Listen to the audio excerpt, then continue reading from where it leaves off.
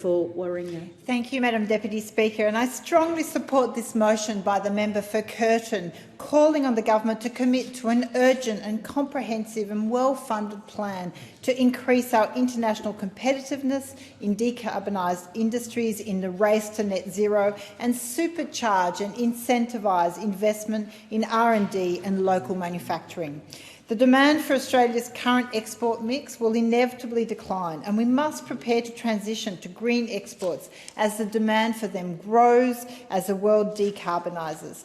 The government, in its recent budget, committed some $22.7 billion to a Future Made in Australia plan, and I welcome that. It includes a minerals value-adding production tax credit, additional funding for ARENA, a hydrogen production tax incentive, and further funding for the soon-to-be established Net Zero Economy Authority. But I am critical of the remit of that authority and will seek to expand it, as it only assists some 10% of workers it should be assisting.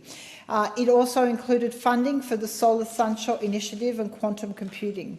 So we have made a start with that commitment on making Australia a renewable energy superpower. And I've met with small and big businesses across the solar battery and green metal supply chain. They've made it clear that projects and companies are at risk of going over to the US and other jurisdictions because they get more support there. There are companies in my own electorate of Warringah, such as Empower Energy, who are designing solar battery products. Now, we know enhancing our storage capacity is urgently needed.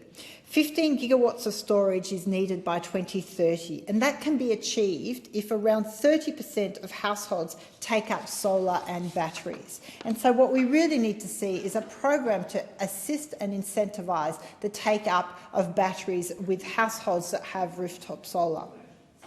In becoming a renewable energy superpower, we must ensure a just transition from our fossil fuel communities, allowing our regions to thrive as well and households to save money, and for consultation and benefit sharing, of course, with First Nations communities. There is so much opportunity in this transition.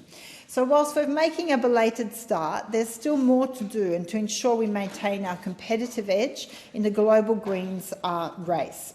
The development of the production tax credit model for critical minerals and green hydrogen to incentivise onshore value adding is a good start, but it could be widened to other industries. Most importantly, as this motion calls for, we need a comprehensive plan to ensure that any measure is both efficient and effective.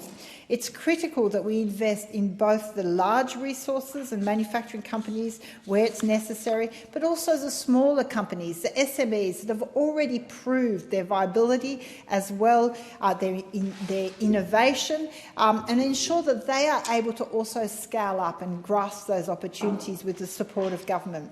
We need to make sure that with all these new opportunities that they come through and are also available to SMEs, and I should say businesses also led by women. We can do this whilst also delivering savings for households and driving demand for the products from those industries.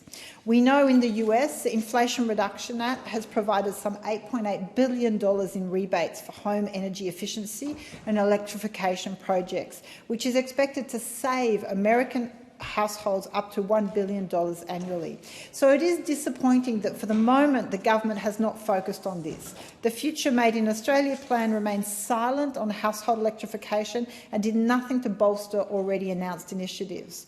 The already announced Household Energy Upgrade Fund, for example, is only as of last week beginning to roll out its very first loans for household energy upgrades, more than a year after it was first announced. So I would say to the Albanese government to be careful not to become like the Morrison government, big on announcements, small and slow on rollout. What we need to see is quick execution of these programs so that households on the ground can take advantage of them. We know, other than quantum computing, the budget didn't really deliver on a clear plan for greater investment in research and development, and that is an area we must address if we are going to stay competitive.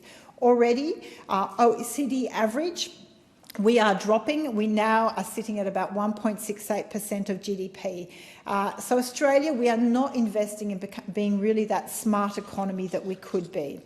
We need to make sure that the government focuses on this transition. The race to net zero is on. It is a race well advanced in most economies. Australia is playing catch up, but we need to make sure we do it in a smart way.